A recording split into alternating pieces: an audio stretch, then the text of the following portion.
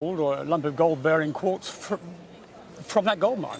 This is what it looks like when it comes out of the ground. That's exactly what it you looks actually get a pickaxe, you heave your pickaxe into quartz, and you Yep. just hope that there's going to be enough gold in it Absolutely. to turn you into a rich man. And did it?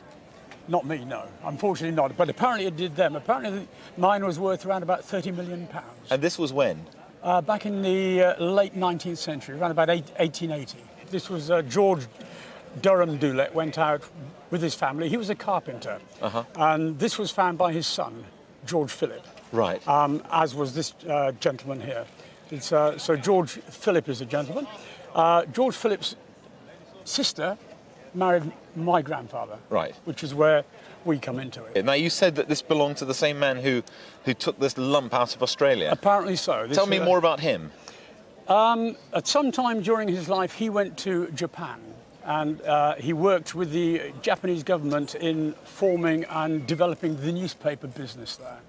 And this apparently was given to him as thanks from the Japanese government. Do you know the date? Of this piece? Yeah. No, but I do know it's probably around about, I don't know, 1880 possibly. 1880. Well, I don't know. That would certainly tie in with a movement that we're constantly referring to on the programme called Japanesery. Right. Up until the 1860s, Japan had been isolated from Europe, didn't want anything to do with anybody outside Japan. Yeah. And then suddenly they realise they have to modernise themselves when they come into contact with Europeans doing the sorts of things that your forebears were doing. Right. And so it was that Japanese works of art came flooding over to Europe. And it caused an absolute sensation. Can you tell me who these two are? We've got the rickshaw driver there, but these are the two I'm interested in. This is George Philip, as far as I know, and his good lady. Right. The interesting thing is they've actually gone the whole hog. They've gone native. Yes, they have. They've actually dressed up as a Japanese and a Japanese lady. Do you think the Japanese therefore had these camera studios rather like you can get in Disney World? They most certainly did. And this photograph takes us to this fellow here. Right. So you're uncertain about the date. Well, I'm going to say that from this and from the story you've told me, I'm going to put him somewhere around the 1900. Could even be as late as 1910. Okay. Would that still make sense? Oh, yes. Yeah? Very much so, yes. Right, well, let's have a close look at him. We want to look at his tummy. And that's the mark. That's the foundry mark of this big cat. My goodness, he's a chunk. Quite a weight, which is why I needed a bit of help getting him here today.